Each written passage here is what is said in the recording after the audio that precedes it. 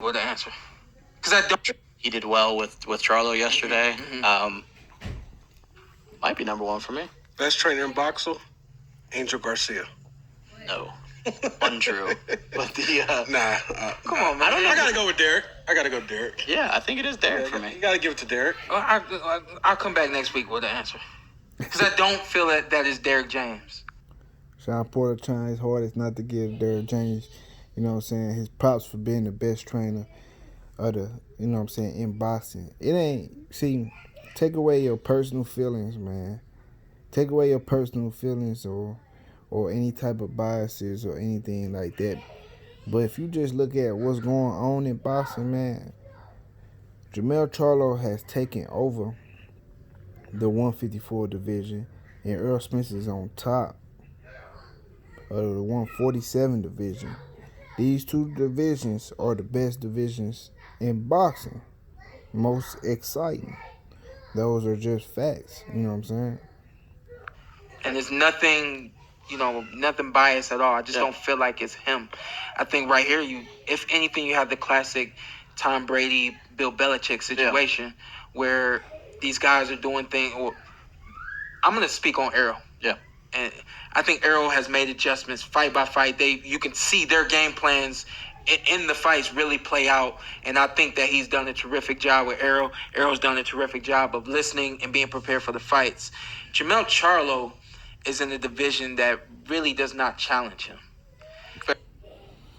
So look, man, this is the Porter Way podcast. Y'all go subscribe. I'm already subscribed.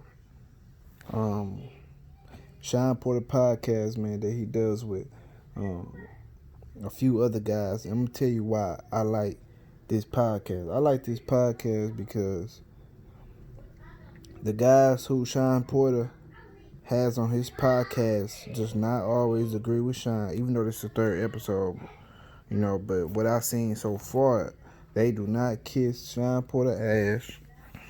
They disagree with Shawn Porter. One of them said today that Kenny Porter is not the best trainer in boxing. You just heard both of them say that Derek James is the best trainer in boxing. They keep it real. You just gotta listen to it. They not kissing Shawn ass or nothing like that. Cause you would think because it's Shawn Porter podcast, but they not. You know what I'm saying? They actually give me Joe Budden podcast vibes. Maury, I forgot the other guy's name. I'm talking about Joe Budden podcast. I'm just comparing them to them. Like they give me that type of vibes. But look, man. So Shawn Porter say that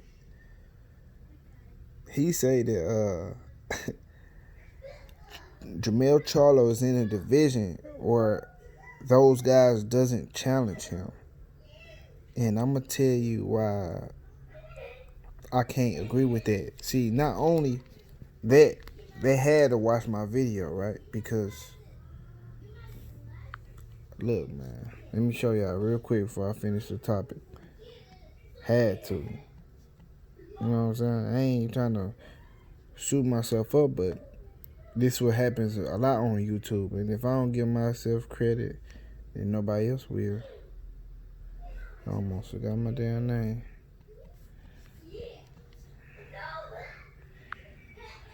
Okay. This is the video right here. 154 division versus 147 division 6 hours ago. So if you watch that video, you can see where I compare the 147 division versus the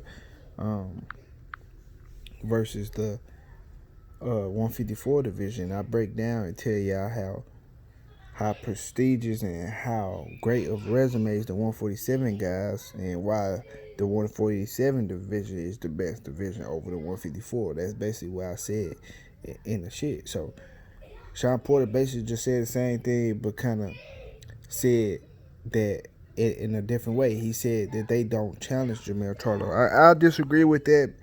I disagree with that though, because before every fight, people actually say that Jermell Charlo is going to lose. So after he knocked these niggas out and make it look easy, we can't come after the fact and say, man, these niggas don't challenge him.